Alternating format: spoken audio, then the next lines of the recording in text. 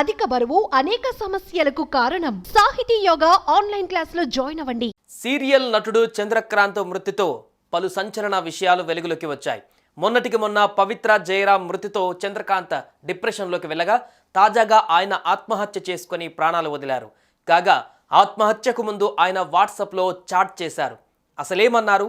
ఆ వాట్సాప్ చాట్లో ఏముంది?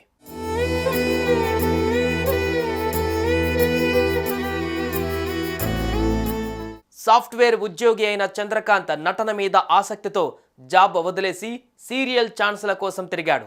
అదృష్టవశాత్తు పలు సీరియల్స్లో విలన్ రోల్స్ ఆయనకు వచ్చిపడ్డాయి.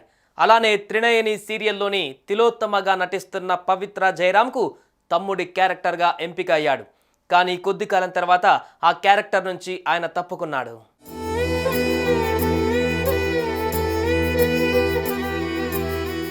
ఇదిలా ఉంటే బెంగళూరు నుంచి హైదరాబాద్ వస్తుండగా చంద్రకాంత్ పవిత్ర ట్రావెల్ చేస్తున్న కారును ఆర్టీసీ బస్సు ఢీకొనడంతో పవిత్ర అక్కడికక్కడే మృతి చెందారు. ఈ విషయం తెలిసిన చంద్రకాంత్ గుండె బద్దలయ్యింది. డిప్రెషన్లోకి వెళ్ళిపోయారు. ఇంట్లో ఒంటరిగా ఉన్న సమయంలో పవిత్ర ఇంట్లో ఉరివేసుకొని ఆత్మహత్య చేసుకున్నాడు.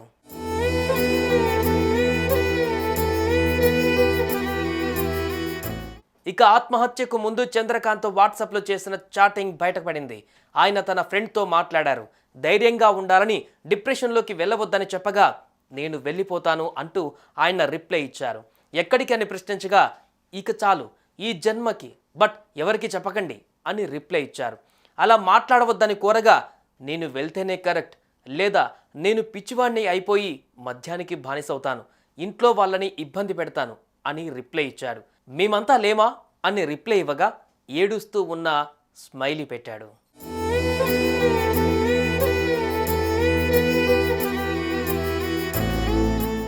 ఈ చాట్ కాస్త ఇప్పుడు అందరి కంటనీరు తెప్పిస్తోంది. ఎంత డిప్రెషన్లోకి వెళ్తే ప్రాణాలు తీసుకుంటాడు, పవిత్రపై ఎంత ప్రేమ పెంచుకుంటే ఇలా అవుతాడు అని అన్నారు. మరోవైపు చంద్రకాంత్ మొదటి భార్య, పిల్లలు అతని మృతితో కన్నీరు మున్నీరవుతున్నారు. ఇప్పటికైనా తమతో ఉంటాడు అనుకుంటే శాశ్వతంగా వదిలేసి వెళ్ళిపోయాడంటూ బోరుమంటున్నారు. సుమన్ టీవీలో మీ పర్సనల్ అండ్ బిజినెస్ ప్రమోషన్స్ కోసం కింది నెంబర్కి కాంటాక్ట్ చేయండి.